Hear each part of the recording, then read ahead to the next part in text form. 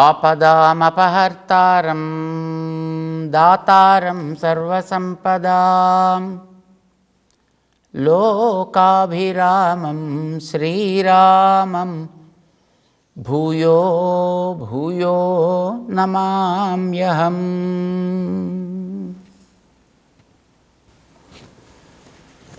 జై శ్రీమన్నారాయణ.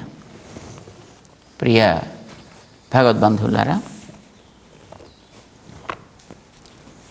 భగవద్గీత 5వ అధ్యాయం 7వ శ్లోకంలో నువ్వు చేసేటటువంటి పని నీ మీద కొత్తగా ఏదో ఒక భారాన్ని మోపదయా, ఉన్న భారాన్ని కూడా తొలగించేది అవుతుంది అనే విషయం చెప్పాడు ఆయన.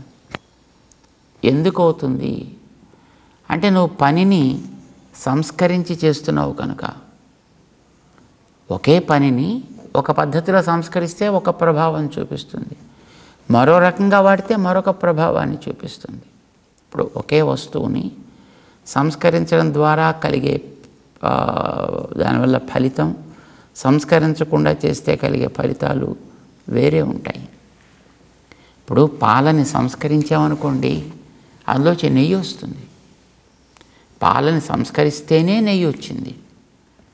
సంస్కరించకపోతే పాలలో ఉంటాయి, లేదా విరిగిపోతాయి, వాసన వస్తాయి, పనికి రాకుండా పోతాయి. పాలలో కూడా అలాంటి శక్తి కూడా ఉంది కదా. పాలని పాలుగా వాడుకునే అవకాశం ఉంది, దుర్వాసన ఇచ్చేటటువంటి అవకాశం ఉంది. పాలలోంచి విరిగిపోతే దాంతో రకరకాల పనులు చేస్తుంటారు, అలా చేసుకోవడానికి ఉపయోగపడుతుంది. కానీ నెయ్యి దీపాన్ని వెలిగించడానికి ఉపయోగపడ్డట్టుగా పాలు ఉపయోగపడవు.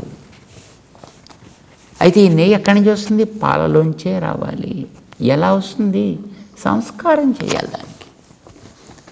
చేత ఒకే వస్తువుని సంస్కరిస్తే ఒక స్థితిలో దాన్ని పాలంటాం, ఒక స్థితిలో దాన్ని మీగడంటాం, ఒక స్థితిలో దాన్ని పెరుగంటాం, ఒక స్థితిలో దాన్ని మజ్జిగంటాం, ఒక స్థితిలో దాన్ని నెయ్యి అంటాం. ఒక్కదానికే దానికి జరిగే సంస్కారాలని బట్టి పేర్లు మారతాయి, పేర్లని బట్టి ప్రభావాలు కూడా మారతాయి. పాల ప్రభావం వేరు, నేతి ప్రభావం వేరు, మీగడ ప్రభావం వేరు, పెరుగు ప్రభావం వేరు, మజ్జిగ ప్రభావం వేరు, పెరుగు ప్రభావం వేరు. అన్నీ ఒక దాంట్లోంచి వచ్చినవే, కానీ అన్నీ ఒకే రకంగా పనిచేయవు. దానికి మనం అందించే సంస్కారాన్ని బట్టి దాని యొక్క ఫలం అనేది ఎట్లాగైతే ఉంటుందో, మనిషి చేసేటటువంటి పనులు కూడా వాడు వెనకాతల ఆ పనికి జోడించేటటువంటి జ్ఞానపు ప్రభావాన్ని బట్టి ఆ కర్మ యొక్క ప్రయోజనాలు కూడా రకరకాలుగా ఉంటాయి.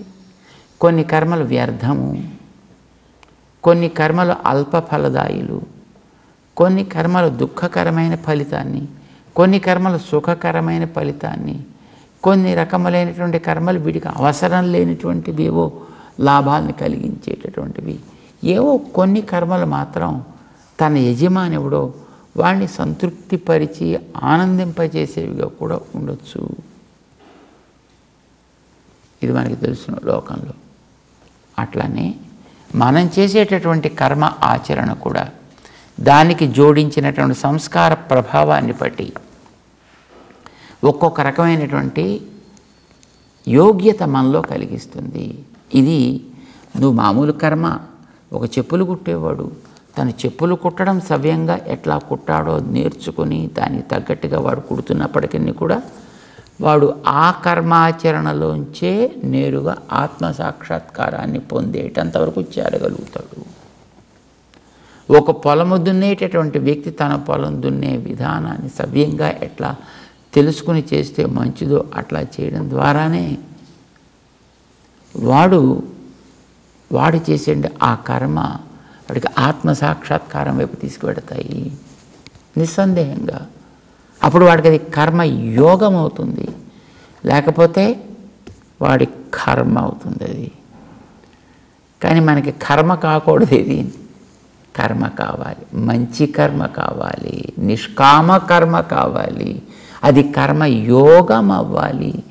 వీణ్ణి కూడా సామాన్యుంచి ధీమాన్యుడిగా, ధీమాన్ నుంచి మహామాన్యుడిగా క్రమంగా వీడిని ఆ వికారాబాద్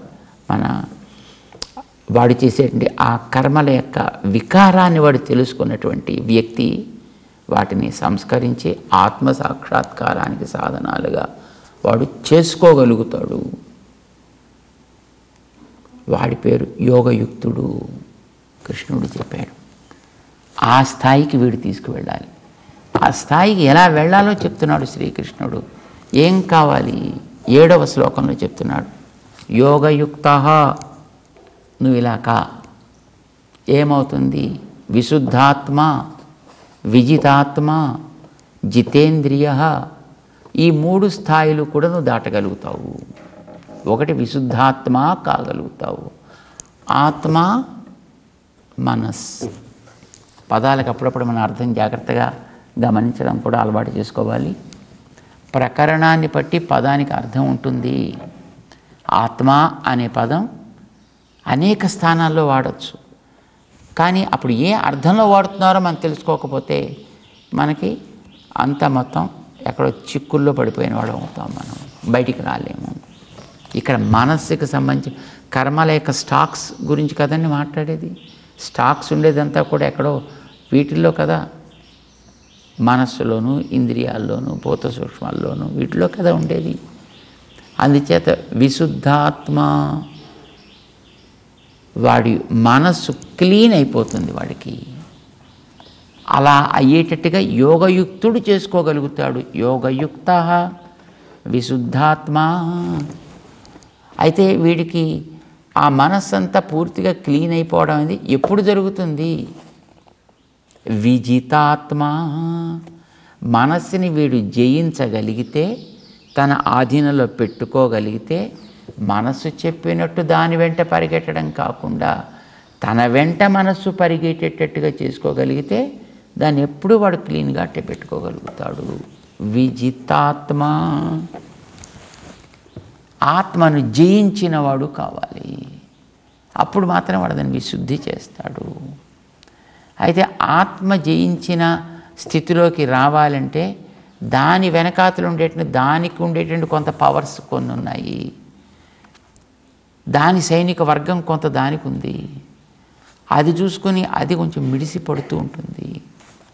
ఏదా సైన్యం? ఇంద్రియాలు. ఇంద్రియాలన్నీ మనసుకు ఉండేటువంటి సైన్యం కదా. అవన్నీ కూడా వీడి మాట వినేటట్టుగా కావాలి. జితేంద్రియ. ఇంద్రియాలయందు వీడికి జయం ఏర్పడితే, మనస్సు వీడికి స్వాధీనమైతే, మనస్సులో ఉండేటువంటి దోషాలని వీడు కడుక్కోగలుగుతాడు. దేంతోటో మనం గతంలో చెప్పుకున్నాం. దేంతోటి? సర్వభూత ఆత్మభూత ఆత్మ. వీడు అలా తయారవుతున్నాడు కనుక సర్వభూతములలో, సకల జీవులలో వెనకాతల ఉండి నడిపించేటటువంటి ఒక తత్వం ఏది? ఎప్పుడు వెనకాతుండి నడిపించే తత్వం ఏది? భగవంతుడు. నేను ఉంటానని చెప్పాడు ఆయన. అయితే ఒకచోట చెప్పాడు. మనకు వచ్చిన చికాకు ఎక్కడంటే, ఏమిటి తను ఎలా చేస్తాడనేది ఎక్కడ ఒకచోట అలా దేరుగా పట్టుకొచ్చి చెప్పాడు ఆయన. ఒకటి ఇక్కడ చెప్తాడు, ఒకటి ఇక్కడ చెప్తాడు, ఒకటి అక్కడ చెప్తాడు, ఒకటి అక్కడ చెప్తాడు. గమనించుకోగలిగిన వాడికి కనిపిస్తాయి. యదాదిత్యగతం తేజ జగద్భాసయతేఖిలం యచ్చంద్రమసి యచ్చ అగ్నౌ తత్తేజో విద్ధి మామకం అన్నాడు. సూర్యుడికి కాంతి వస్తోంది, వెనకాతల నేనుంటే. చంద్రుడు ఇంకొక రకమైన కాంతి వస్తోంది, వెనకాతల నేనుంటే. నిప్పుల్లోంచి మరొక రకమైన కాంతి వస్తోంది, వెనకాతల నేనుంటే. ఇది మనకి తెలియడం కోసమని పాపం దాన్ని అక్కడికి వెళ్ళాక చెప్పుకున్నాడు ఆయన. అబ్బాయి, ప్రతి వస్తువుకి లోపలుండి దానికి ఆసక్తిని ఇచ్చేవాడిని నేనేనయ్యా అని. ఆత్మగా ఉండేవాడు. ఇంద్రియాలకి కూడా ఆత్మగా ఉండి నడిపించేవాడు ఆయనే. రసోహమప్సు కౌంతేయ ప్రభాస్మి శశి సూర్యయోహో అంటూ ఓ పెద్ద లిస్ట్ ఇచ్చాడు. ఆయా ఆ వస్తువులకి కూడా లోపల నేనుండి, ఆ లోపల ఉండే గుణములలో కూడా నేనే ఉండి నేను ఆ గుణాలని పని చేయించి ఆ ద్రవ్యంతో చేరి ఆయా వ్యక్తికి ఉపయోగపడేట్టుగా చేసిన వాడిని నేనేనయా అని మనకి స్పష్టం చేశాడు స్వామి. సో ప్రతి వస్తువుకి కూడా లోపలుండి నియంత్రించేటటువంటిది ఆయనే కనుక ఆయన నియంత్రిస్తున్నాడనేటటువంటి ఒక జ్ఞానం, దానికి ఒక టెక్నికల్ పదం పెట్టాడని, సర్వభూత ఆత్మభూత ఆత్మా. ఇది నువ్వు కావాలి ముందర, ఇలా వాడుకోగలిగితే నువ్వు తయారు కావాలి. ఇప్పుడు ఆకాశంలోకి వెళ్ళి స్పేస్లోకి వెళ్ళిపోతే నేను హాయిగా ఎగురుతానండి స్పేస్లోను అని అంటే నువ్వు ఉండవు అసలు అక్కడ. అలా నువ్వు ఎగరాలి అని అంటే నిన్ను గట్టిగా పట్టి పెట్టేటటువంటి ఒక పెద్ద కవర్ పైన వేసుకుని పెట్టుకుంటే అప్పుడు నువ్వు స్పేస్లోకి వచ్చినా నువ్వు హాయిగా తిరగలుగుతావు. మళ్ళీ వెనకాతల నీ మదర్ మాడ్యూల్లోకి వచ్చి నువ్వు కనెక్ట్ కాగలుగుతావు. అక్కడికి వెళ్ళిన తర్వాత అబ్బా నాకు ఆ బయట వాతావరణం ఆస్వాదిద్దాం అనిపిస్తోందండి అని శుభ్రంగా ఆ బుర్ర మీద ఉండేటటువంటి హెల్మెట్ లాంటిది తీసి బాడీ మీద ఉండేటటువంటి ఆ కవర్ అంతా తీస్తే అంటే అప్పటిదాకా వాడు ఉండడు. ఆ శూన్యంలోకి వెళ్ళిన తర్వాత వాడికి తల మీద ఉండేటువంటి ఆ హెల్మెట్ని ఒకసారి పైకి తీయగానే మొత్తం ఆ శూన్యం ఈ బుర్రనంతటిని కూడా ఒక్కసారి మొత్తం ఒక్క ముక్క కూడా కనిపించకుండా ఉండేట్టుగా పీసెస్ చేసి మొత్తం అంతా అన్ని వైపులుగా స్ప్రెడ్ చేసేస్తుంది. అక్కడ వెళ్ళి తిరగడం మంచిదే, చేయొచ్చు, కానీ దానికి తగ్గట్టుగా నిన్ను నువ్వు ప్రిపేర్ చేసుకుని వెళ్ళాలి. ఆ ప్రిపేర్ చేసి వెళ్ళడానికనే ఆస్ట్రోనాట్స్కి వాళ్ళు పైన ఒక బ్రహ్మాండమైనటువంటి ఒక కవర్ వేసి పెడతారు. దానికి ఎంతో మెకానిజం ఉంటుందనుకోండి, that is a different issue. So also నువ్వు చేసేటటువంటి పని నిన్ను బంధించకుండా, నీ కొత్త భారాన్ని చేర్చకుండా, నీ మనస్సుని నీ ఇంద్రియాలని నువ్వు జయించి వాటిని ఆధీనంలో పెట్టుకుని వాటిలో ఉండేటువంటి పూర్తిగా దోషాలు తొలగిపోయేటంత వరకు ఏదో చేయాలి అనేది నీకు కావాలి. అంటే నువ్వు ఇలాంటి తొడుగు వేసుకో. ఎలాంటి తొడుగు వేసుకోవాలి? సర్వభూత ఆత్మభూతాత్మ, సర్వభూత ఆత్మభూతుడైనటువంటి వాడిని నువ్వు గుర్తించి నీకు కూడా వాడే ఆత్మగా ఉన్నాడని తెలుసుకోవాలి. ఆ టెక్నికల్ పదం వాడేం కనుక మనకి ఇంత ఎక్స్ప్లెనేషన్ అవసరం అవుతుంది. ఆ పదం తీసి పక్కన పెడితే అన్నింట్లోనూ ఉన్న దేవుడే నాలో కూడా ఉన్నాడు. సరిపోయి సింపుల్. అన్నిట్లోనూ ఉన్న దేవుడు అంటే అసలు అన్నీ ఉన్నాయి. 4వ అధ్యాయంలో చెప్పాడు మనకి, గతంలో జ్ఞాపకం ఉండాలి. స్కూల్లో చదివే చదువుల్లాగా మనకి శాస్త్రాలు చదివితే 1వ తరగతిలో చదువు 1వ తరగతికే పరిమితం, 2లోది 2కే పరిమితం, 3వది 3కే పరిమితం, 4వది 4కే పరిమితం, 10వ తరగతి 10వ తరగతికే పరిమితం, 9వ తరగతి పుస్తకాలు మళ్ళీ మనం ముట్టుకోక్కర్లేదు, అందులో ఉండేది చూడక్కర్లేదు, దాన్ని మనం చదవక్కర్లేదు. ఇప్పుడు 10వ తరగతిలో ఉండేది చదువుకుంటే అది మాత్రమే చాలును అనేది శాస్త్రాధ్యయనానికి ఉండదు. నువ్వు మొదటి రోజు ఏదైతే ఆరంభం చేసావో అక్కడి నుంచి ప్రారంభించి ఆ శబ్దాలు సమాసాలు ఇలాంటివన్నీ నేర్పిస్తారు. సో ఇవన్నిట్లో చదివింది కూడా నీకు జ్ఞాపకం ఉండి తీరాలి. 1వ తరగతిలో చదివింది నువ్వు డిగ్రీకి వెళ్ళినప్పటికీ కూడా మరిచిపోవడానికి వీల్లేదు. ఇది అక్కడ దాకా కూడా ఉపయోగపడుతుంది. ఇది శాస్త్రం చదివేటటువంటి పద్ధతి అండి. జీవరాశుల్ని 4 రకాలుగా విడదీశాడు. చాతుర్వర్ణ్యం అని పేరు పెట్టాడు. మనకి జ్ఞాపకం ఉండి ఉంటుంది. ఏమిటి చాతుర్వర్ణ్యం? మనమంతా ఒకటి. మనమంటే 2 కాళ్ళతోటి నిలువుగా నడిచేటటువంటి, అప్పుడప్పుడు కొందరు అడ్డంగా నడవచ్చు, కానీ వీలైనంత వరకు సాధారణంగా నిలువుగా నడిచేవాళ్ళు కొందరు ఉంటారు కదా, అడ్డమైన తిరుగుళ్ళు తిరగని వాళ్ళు కూడా కొందరు ఉంటారు కదా. అలాగా ఉండేటువంటి మనుష్యులు, అడ్డమైన తిరుగుళ్ళు తిరిగేవాళ్ళు అంటే మనకి జ్ఞాపకం ఉండాలి, టెర్రరిస్టులు లాంటి వాళ్ళు అనమాట. అలాంటి వాళ్ళని పక్కన పెట్టండి. But even for them also మానవుల్లో తెల్ల skin, brown skin, black skin, రకరకాల స్కిన్స్ కలిగిన వాళ్ళు ఉన్నారు కదా. ఇందులో ఎవడైనా సరే ఒకే పేరుతో పిలుస్తాం, వాడు మనిషి. రైట్? హ్యూమన్. ఇది ఒక జాతి, ఇది ఒక వర్ణం. రెండో వర్ణం ఏది? మనంత తెలివి లేకుండా, మనంత పని చేయలేకపోయినా కొన్ని ప్రాణులు ఉంటాయి కదా, అలాంటివి. వాటికి అడ్డంగా తిరిగేవి. తిరియక్ జాతి అని పేరు పెట్టాడు వాటికి. మనమంతా మనుషులను 2 కాళ్ళతో నిలువుగా నడిచేవాళ్ళం. ఇది ఒక వర్ణం. అడ్డంగా తిరిగేదంతా ఒక వర్ణం. దాని పేరు తిరియక్ జాతి. ఈ తిరియక్ జాతి నీళ్ళలో సాగచ్చు, నేల మీద సాగచ్చు, నింగిలో సాగచ్చు, ఎక్కడైనా ఎలాగైనా తిరగదు. అడ్డంగా తిరుగుతున్నాయి అని అంటే వాటికి అన్నిటికీ తిరియక్కులు అనే పేరు. 2. మూడవది, తిరగకుండా ఒకచోటే నిలకడగా ప్రాణం ఉండో ప్రాణం లేకనో ఉండేవి. స్థావర అని వాడికి పేరు పెట్టాడు. వాడు చెట్లో కూడా ప్రాణం ఉంటుంది కానీ తిరగదు, జంతువులు తిరిగినట్టుగా నిలకడగా ఉంటుంది ఒకచోట. ఇది మనందరం కూడా చూస్తున్నాం. దాని పేరు స్థావర జాతి. రాళ్ళు ఒకచోటే ఉంటాయి, నీళ్లు సహజంగా ఒకచోటే ఉంటాయి. అది పల్ల ఉంటే ఆ పారుతూ విడుతుంది తప్ప, తరంగాల కోసం అలాగే అది పారుతూ విడుతూ ఉంటుంది తప్ప, అదర్వైజ్ నీటికి సహజమైనటువంటి చలనము అనేది లేదు. కనుక నీళ్లు కూడా అచేతనాలు, ఒకచోట ఉండేవి, ప్రాణం లేనివి. నీళ్ళలో ప్రాణం లేదు, మట్టిలో ప్రాణం ఉండదు, రాళ్లలో ప్రాణం ఉండదు, కానీ నిలకడగా ఉంటాయి ఒకచోట. క్రమంగా మార్పులు చెందుతూ ఉంటాయి. చెట్లు నిలకడగానే ఉంటాయి కానీ అందులో ప్రాణం ఉండేటువంటి విషయం మనకి తెలుస్తూ ఉంటుంది. ఎందుకంటే అది పెరుగుతూ ఉంటుంది కనుక, తరుగుతూ ఉంటుంది కనుక. ఇది ఒక జాతి, దాని పేరు స్థావర. మనుష్య, తిరియక్, స్థావర. ఇది కాకుండా మన చుట్టూ ఉండేటువంటి ప్రాకృతిక శక్తులు బోలెడన్ని ఉన్నాయి.